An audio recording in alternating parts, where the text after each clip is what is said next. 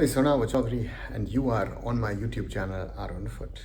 As I reported yesterday, the Supreme Court of India in its latest hearing regarding the new constitution of the All India Football Federation, rather than focusing on the constitution, looked into the topic of the MRA, looked into the season of the ISL, looked into the future of Indian club football per se, and has guided the All India Football Federation as well as Reliance to come together to talk about the ISL and to present a solution, an option, maybe options on Thursday next week in the court. Now, this puts pressure both on the AIFF as well as Reliance because both sides have to come together. There is a meeting scheduled now for Monday in which both sides will try to evaluate, look at what are my options, what can be done in regard to the current Indian football season, what can be done also in the future, because one thing to me is very, very clear that a short-term solution will not work. We'll have to work on something which is at least mid-term, and that challenge remains both for the AIFF as well as for Reliance. One thing is very, very clear. The Supreme Court has given them till Thursday, so both sides have to figure out something. What are the options?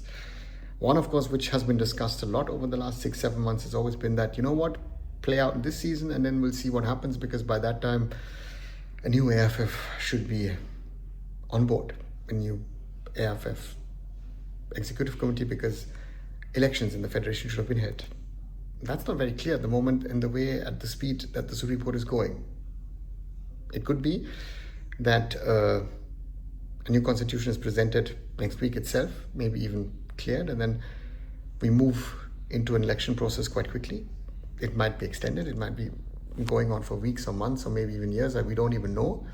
So therefore the question is, what are realistic options for the AIFF? What are realistic options also for FSDL Reliance? Very simply said, on one side, you have to try and finish the 2025-2026 season. Sorry, I'm saying finishing, you have to start it at all. To me, realistically, 15th of Jan looks like a date that the ISL could start, maybe a 4-month, maybe a 5-month competition. I don't see all the matches being played. You have to tinker around with the format. You have to look at what are your options. You have to speak to the AFC, because I don't see 24 club matches being made possible for all teams. Are the teams involved in the conversations? Are the teams really part of those conversations? Because they are part and parcel of this whole Indian Super League. What happens to the I-League? What happens to the funding of the AIFF? There are a lot of questions, a lot of answers that need to be figured out at this moment in time, because there is no simple fix.